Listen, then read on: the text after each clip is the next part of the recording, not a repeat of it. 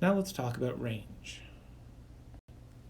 The range of a function is the set of all the outputs for the function. That is, all the y values that the function hits. When I do problems that require the range, I often start by visualizing the graph of the function and looking at what values of y we hit versus what values of y we don't.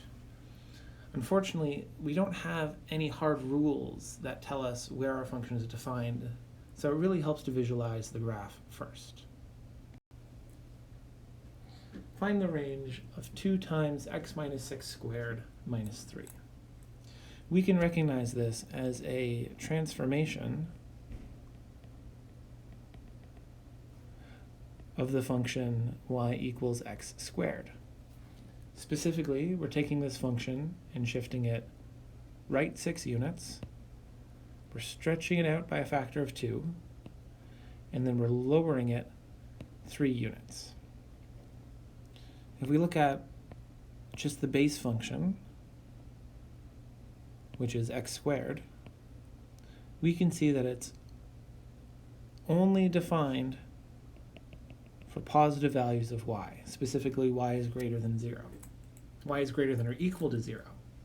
And so when we stretch it out and shift it 6 units to the right and 3 units down, we can see that our new function, let's do that in a different color, we can see that our new function is going to be defined for values that are greater than or equal to -3.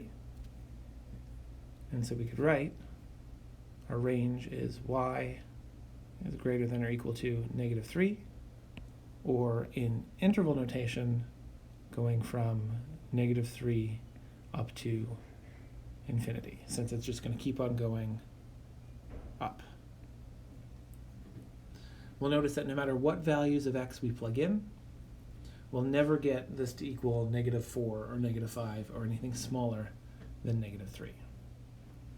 For parabolas in general, it helps to look at where the vertex of the parabola is, which in our case is -6, -3. Let's look at the range of 2 to the x minus 4. We know that this function is going to look a lot like the graph of 2 to the x, which is an exponential function that is always greater than 0, and then we're just going to move it down 4 units. Something like that. This means that our new function, instead of being greater than 0, well, it's going to be greater than -4. Therefore, if we wanted to write a range in interval notation, we could write this as -4 going up to infinity, where the round bracket means that the function never actually reaches -4. It's always greater than -4.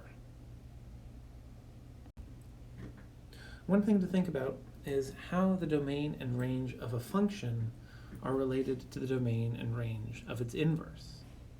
Now, it helps if the function actually has an inverse, but if it does, then one of the things that we can recognize is that in order to find the inverse, we're effectively flipping the function across the line y equals x, and we're swapping the x and y coordinates. That means if we have a normal function f of x with a domain and a range, that the inverse, f inverse of x, the domain and range will be flipped. The domain of f inverse will be the range of f of x, and the range of the inverse will be the domain of f of x. Meaning if we know what the domain and range of some function is, we automatically know the domain and range of the inverse.